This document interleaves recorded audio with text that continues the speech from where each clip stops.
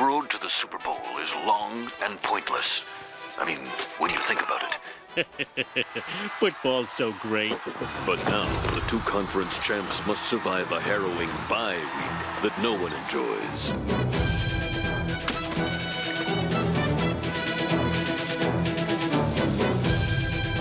That is right, my friends. We're in the midst of the long journey to the championship.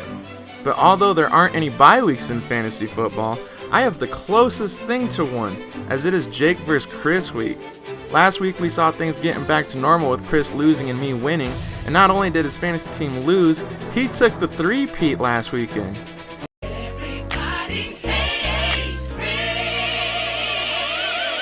Ouch.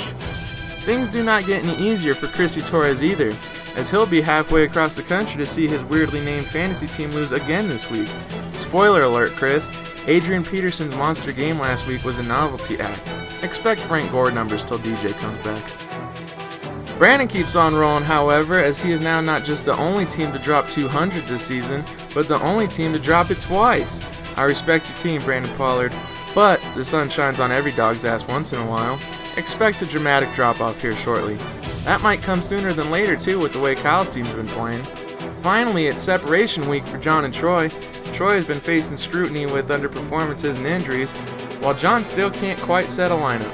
Troy's not out of it by any means, he just needs to figure out how the trade button works on his computer. Here are your power rankings now that we're past a quarter into the season. We got a three-way tie at the top, and John now quickly finds himself in the cellar. The one consistency that we've seen all year, though, is that I've never left those top two spots.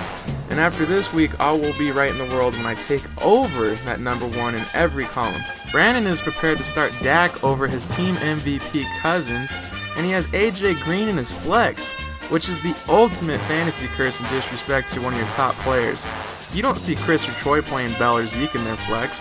You don't see me playing Hunt or Fournette in my flex. Brandon, prepare to see AJ Green tear meniscus this week unless you put him back into his wide receiver slot. As for me, my own version of a 200-plus performance begins tonight with the great one. I want everybody to really stop sleeping on me because, I was a sleeper in college, sleeper in high school. I didn't play against the toughest opponents or the best schedule or something like that, but I didn't make the schedule, so I just wanted everybody to stop sleeping on me. Don't sleep. Fucking with me, call up on the Uzi and show up, name them the shot toss. When my homies pull up on your block, they make that thing go grata-ta-ta.